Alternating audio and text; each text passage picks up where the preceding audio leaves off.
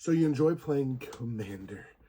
You like playing Commander. Maybe you're new into Commander. Maybe you've been playing Commander for a really, really long time. Well, welcome to MTG Tuesday's Tips and Tricks as we finalize our last episode of how to play Commander. And today we're focusing on building more decks.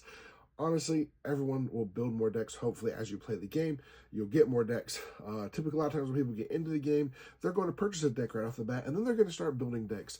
And so we're going to just talk quickly about that, how to build more decks, and how to, not really say keep it under control, because some people have 50, 60, 70 decks. I personally have like 40 some plus decks, plus like 5 or 6 I'm finishing, hopefully finishing in the next couple weeks. Several of them you'll catch those on live stream hopefully soon.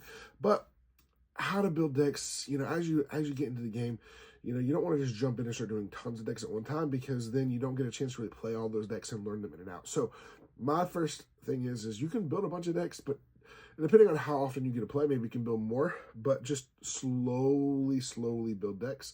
Give you a chance to play it, to get better. Now down the road, as you play more often and build more decks, you can play a deck once or twice, see it really cool, put it away, and then come back to it a couple weeks later. But you want to know the ins and outs of decks, how the decks work, stuff like that, all the lines. But how to build more decks. So as you build your collection, you're going to build a collection. So as you do that, you buy packs, you buy singles, you can buy collections from people. You can try to buy, some people even sell like starter kits and things like that. We might even be working on something along those lines where we have some availability. We don't have them just yet, but we're working on possibly getting Commander starter kits available to people so that you can like buy things where you have like, you're going to need multiple copies of Soul Rings and Arcane Signets and stuff like that. So that's an important thing to keep in mind when you do this. It's hard to bounce cards from cards. You can also, if you own the card, you can get someone to print like cards for you so you can put temporary holds, but then when you play them, stuff like that, you can put them in there for Commander. That way you just, you're not having to pull from everywhere and everything. That's on you and everything like that. But the most important thing is you get those cards. The more decks you build, the more cards you're going to get. And granted, now, there may be a deck, this is the hardest part for, I think, Commander players to do, is to pull a deck apart. But every deck you haven't played, or you're building a deck similar to it, pull it apart, take the pieces from it. You can shove it in other decks, all stuff like that. Building more decks is always fun.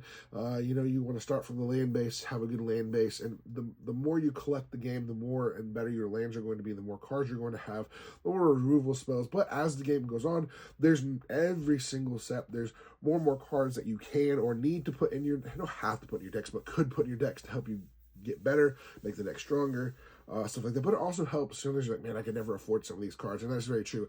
I would have said that years ago on like shock lands, fetch lands, a bunch of stuff, but now those prices are way down, like under like $10-15 for a lot of them. Back in the day, they're like $30 to $40 when I was starting out, which were basically unattainable for me at the time because I had nothing. I recommend that as you build decks and want to build more decks, you trade. So cards you don't need right away, cards you don't think you're going to need, trade them in. Now granted, the only time it's frustrating is when you trade a card in and then like a month later you build a deck and like, I just traded this card in. But hey, you get your trade credit in, you sell the card, whatever, find it at your game store, trade it, sell it, do all these things so you get multiple copies of cards you need. Always be looking to get multiple copies of things that are necessary. So ramp cards like Rampant Growth and Nature's Lore and stuff like that, when you can get multiple copies of those are important. Picking up multiple copies like Arcane Signet, Soul Ring, certain removal spells, Path to Exile, Sword to Plowshares, board wipes, they get used a lot. You can pick them up, especially sometimes people have them in their trade binders, and you can just very, very easily get those and get more and more of them and build them and put them together. And so as you build your deck, you're going to have a lot of fun. As you build your collection, you're going to be able to build more decks and have fun with it. Enjoy it. I would recommend this. As you build Commander decks, find ones that you want to just play and look fun. Don't just build it because everyone's playing it or it's super strong, and that is a way, but build things that are fun too. You don't have to always build the most competitive deck. You can build a fun, crazy deck that just does fun, crazy things, and that's going to make it fun for you. I have multiple decks. I'm working on a couple of decks right now. They're a little bit of a fun deck. One of them being a all playtest card deck that I will Rule 0. It's not technically legal because none of the cards are real legal cards, but I'm hoping to be able to play test it and play that with people, and it's going to be a lot of fun, I hope. So there's just so much as you build decks. Have fun with it. Enjoy it. Track your decks. Keep them tracked so that way you know what cards are in it. Keep up to date as best as possible. The only problem is as you get more and more bigger collections, it is harder to keep your decks where you're always putting new cards in them. You may forget about a deck and not play it, but occasionally when you pull the deck out, play it, you may be like, okay, I can add some cards to this, or take some cards out of here, add some more lands, or there's different things. And the meta, the evolution of Magic the Gathering is amazing. There's always new cards coming out, new things you can put in. So don't stress yourself out about like every time new cards come in, you have to put them in your decks. No. And here's the thing. It depends on how much time you have to play, how often you get to play your decks. I have so many decks and I don't even get to play them a fraction of the time I want to, but hopefully that'll change soon with some of the stuff coming out here on the channel and being able to do some more stuff. But overall, building new decks is always fun. When you first start out, if you're just starting out to Commander, don't go too crazy too fast. I would say keep no more than have 3 or 4 decks. Realistically, that's the most you're going to be able to play. But at the very beginning, 1 deck, 2 deck is good. Then you can start getting a couple other decks. And then as you get more and more in it and get more time to play, you gotta think about it, right? When you go to a game store, if you're going to be there for 4 or 5 hours, let's say you're going to be there for 6 hours, all right? A Commander game can be anywhere from 5 to 10 minutes if you're playing like a higher powered game, to 2 to 3 hours. So keep that in mind. If you're playing like a 2-hour game, you get 3 games in. So 3 games in, you can play the same commander. You could play 3 different decks. So just keep that in mind. I always do the same thing. I always bring like a bunch of commanders, partially because I want to be able to share. People show up and I don't have a deck. Oh, well, here's some cool commanders you can play. But overall, it's a lot of fun. Building decks are a lot of fun. And hopefully, as we grow the channel and continue to grow, we're going to have deck building and talking about decks. But also, if you have decks you're looking and interested in building, feel free to reach out. I'd love to help you out with that. We're having some opportunities possibly to do some one-on-one deck building or helping you with decks and stuff like that. So stay tuned for some of these things. But overall, Commander is amazing.